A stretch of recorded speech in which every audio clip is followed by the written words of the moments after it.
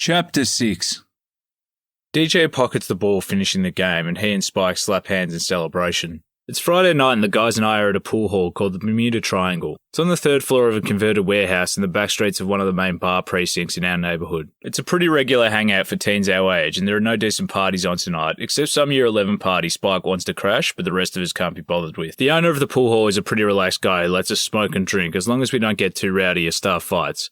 Every now and again he goes into the stairwell to smoke spliffs, and one time he even let Spike pay him with a G. Spike takes the cue off DJ and lines up a shot. I haven't been home in a few days thanks to the fight I had with Robert on Wednesday, and have been crashing at Spike's with him, DJ and Oxy. Spike takes the shot and manages to pocket a big, but also pockets the white, and I take over from him, placing the white in the D. The only other people in the pool hall are a couple of 20-something muzzers with their girlfriends and a tough-looking chick in denim with her partner, both who look like pros. I line up my shot but miss. DJ takes over with the disciplined mannerisms of someone who spent more time around pool tables than he has at school. My thoughts fall on Lily, my new go-to spot whenever my attention lapses. I'd seen Lily 4 more times this week, but usually she'd been out with a group of her new friends, so we hadn't had much time to chat. Every time we did see each other, our conversations went something like this. Hey, how you doing? Not too bad, yourself? Yeah, I'm alright. What subjects you got next? Alright. Man, Mrs. Longello's such a bitch. I know, right? Then one of her friends would come along. Lily, come to the bathroom with me. Or, Lily, come on, we're late for class. One time I even heard, you don't want to talk to him, he's dodgy. But every time we did run into each other, I kept getting this distinct feeling that she wanted to stay and chat longer. Blackjack takes the cue off DJ and proceeds to sink his first ball, but manages to pocket the black ball on his second shot. Blackjack and I are usually an alright team, but we hit the goon sack pretty heavily earlier tonight, and our accuracy had suffered greatly. The two chicks a couple of tables away finish their game, grab their jackets and leave.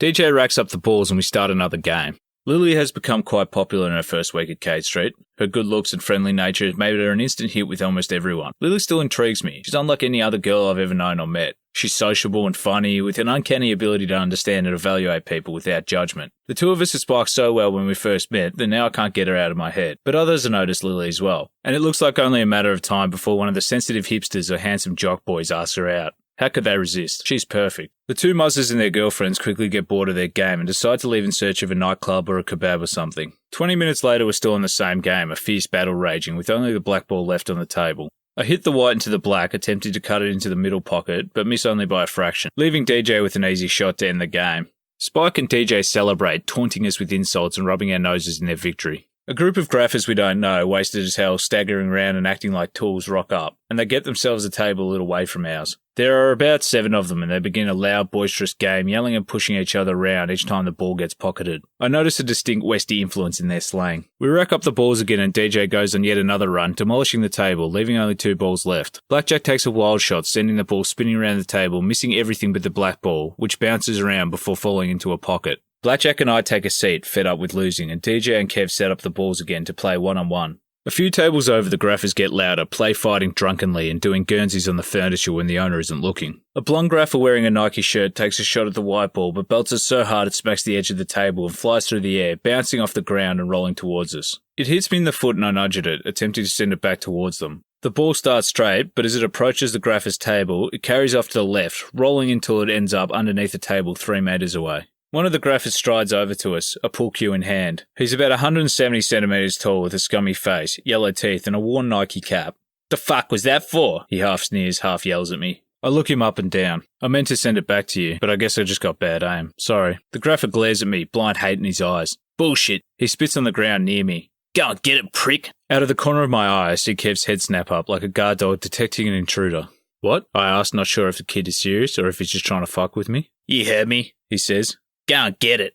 I look the kid over again. He isn't that tall. His frame isn't particularly built. In fact, he looks like he hasn't been in a single fight in his life. He strikes me as a kid from a good home who sneaks out on the weekends, hangs around with a harder crew, talking and acting tough, and then gets up extra early on Sundays to do his homework like a good boy. He doesn't belong with this crew, so I guess he has something to prove. I look to Blackjack for advice, then back to the scum-faced grapher, trying to work out if he's serious. He mustn't know where guys like us come from. He mustn't know what guys like Kev are capable of. You have to be a real fucking idiot to provoke a fight with one of Kev's mates. Blackjack raises his eyebrows at me and gives me a slight nod. I turn back to the scum-faced grapher who's waiting for an answer. I have one for him. Go fuck yourself, I say, turning away. What? He challenges, grabbing my shoulder and spinning me around to face him. I slap his hands off me and get up in his face. You heard me, I say slowly. Go fuck yourself. The scum-faced grapher raises his pool cue up to striking height, but I'm really angry now and I don't care. I'm not about to let some bitch grapher with ego problems push me around. The rest of the graphers are coming towards us, ready to back up their friend. Blackjack sidles up beside me to defuse the situation. Relax, brother, he whispers in my ear. You'll break a tooth if your jaw clenches any harder. The other graphers are behind their scum-faced mate now, and a big hairy grapher with beady eyes asks him something. This little faggot kicked our ball away, he whinges loudly. I start towards him, but Blackjack's hand is quickly on my shoulder, warning me against violence. The big grapher stares at me, begging me to plant my fist in his nose. Go and get it, he demands, pointing in the direction of the ball. Blackjack quickly steps between us, moving the big guy back. Come on, guys, he tries to reason. This shit isn't worth fighting over. I feel Kev's presence and look behind me. Kev and Spike are on their feet too, ready in case anything kicks off. Why don't you guys just walk a couple of steps over to get the ball, Blackjack says. Then go back to your table and forget fighting over all this bullshit. This is none of your business. Why don't you fuck off, boom?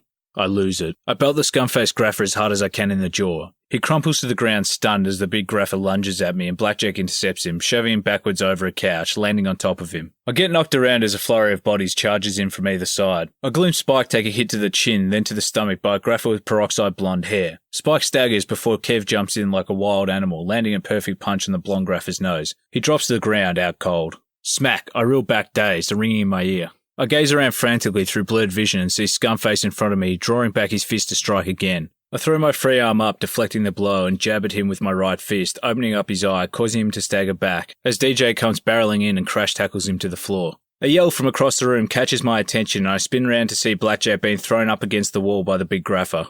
I start towards them, passing the payment counter, realising the owner is nowhere to be seen. He's probably run off to call the cops. The big grapher has his back to me and I take a running jump at him as he kicks Blackjack in the side. I land on him, forcing his head back, causing us to both topple to the ground. I wince with pain as I connect heavily with the floor and the big grapher's weight comes down on top of me. He rolls over and pins me to the ground, his face inches away from mine. Crunch. His head jolts to the side as Blackjack kicks him in the temporal. The big grapher's eyes roll back and Blackjack shoves him off me and helps me to my feet. Thanks, I say, but something grabs Blackjack's attention and he tears off across the room. I turn and see Kev is standing over a limp Spike, fending off two graphers who have pull cues. A lanky grapher strikes Kev on the arm with a cue. Kev doesn't react, just sidesteps Lanky's next strike and punches him in the throat. Lanky falls back, dropping the cue, as Blackjack arrives and promptly knees him in the ribs, leaving Kev free to finish off the remaining one. Across the room I see DJ get floored by a dark-skinned grapher as Kev gets the better of his opponent, spearing him up against the wall.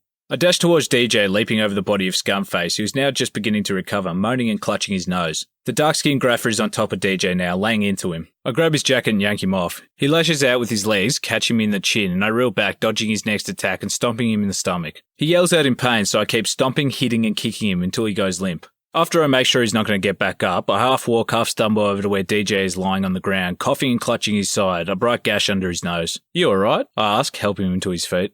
I'll survive, he grimaces. Come on, I tell him. We gotta get out of here. I detect movement nearby. Scumface is getting to his feet. He's less than 3 metres away. I turn my head towards him and see the glint of metal in his hand, the flash of a blade. Scumface lunges at us, throwing everything he has behind that sharp steel point, coming straight at me. I'm stunned. I can't move. The blade is moments, seconds away from entering my flesh. DJ shoves me aside and I stagger and fall away. The knife plunges into DJ's stomach and both Scumface and DJ go crashing to the floor. My heart flies into my throat. My brain pauses as the adrenaline that's been flowing through my veins all night peaks. I blink. Everything seems distant. The blood seeping into the carpet, Kev, Blackjack and Spike still fighting the remaining graphers, the faint sound of police sirens in the distance, and Scumface scrambling to his feet, Scumface bolting for the exit. I crawl over to DJ. The other graphers have seen what's happened, and the ones that are still standing make a break for it, leaving their injured mates behind. DJ is lying on the ground, holding a deep wound, coughing up blood. Kev, Blackjack and Spike rush over to help us. DJ is groaning. He's gone completely white. He's incapable of moving and blood soaks through his clothes. I feel a head rush come on and everything becomes very real again. Fuck, DJ, are you alright? No response. DJ! I yell, shaking his shoulder as I feel warm tears building in my eyes. DJ's eyes flutter open. What happened? You were stabbed, man. Shit, fuck! I press my hand against the wound, trying to staunch the blood like you see them do in movies. Blackjack slides to the ground beside me. Oh, fuck, DJ! He tears off his hoodie and I help him tie it around DJ's chest, applying more pressure to the wound. I look up to where Kev and Spike are standing a metre away. Kev's eyes are ablaze and I know he's struggling to keep control. Spike is still messed up. His head rolls around and leans on Kev for support. I hear the sirens outside getting louder as the cops get closer. They'll be here within minutes. DJ coughs again. Guys need to get out of here. Fuck that, Blackjack argues. We're staying with you. Fuck, guys, seriously, there's no point staying to get arrested just for me. DJ, we're staying, I say, watching as blood continues to seep through Blackjack's hoodie. Please, Jace, there's nothing you guys can do. Just go. But DJ looks at me. Jace, you have to go, especially you and Kev. You guys can't get caught again. They'll destroy you. DJ, we can't just leave you here. Just go. I look at Blackjack. He looks grim, but he nods in a defeated way. DJ's the one who's stabbed. It's his right to dictate what we do. Blackjack grabs DJ's hand in farewell, looking him in the eyes. Be safe, he whispers. Survive. He gets up, taking the weight of Spike off Kev's shoulder and onto his own, and heads for the fire escape. Sirens blast outside the pool hall. Kev and I are still standing by DJ's side. Please, DJ begs. Please go. He looks Kev straight in the eye. Kev? I know Kev would have gladly stayed. I know he would have gladly been arrested just to make sure DJ gets treated okay. But DJ asked him to go, and he respects DJ. Without a word, Kev turns and begins walking towards the fire escape. I take one last look at DJ and follow. The last thing I see before disappearing through the fire escape is DJ lying on the ground alone, immersed in a pool of blood.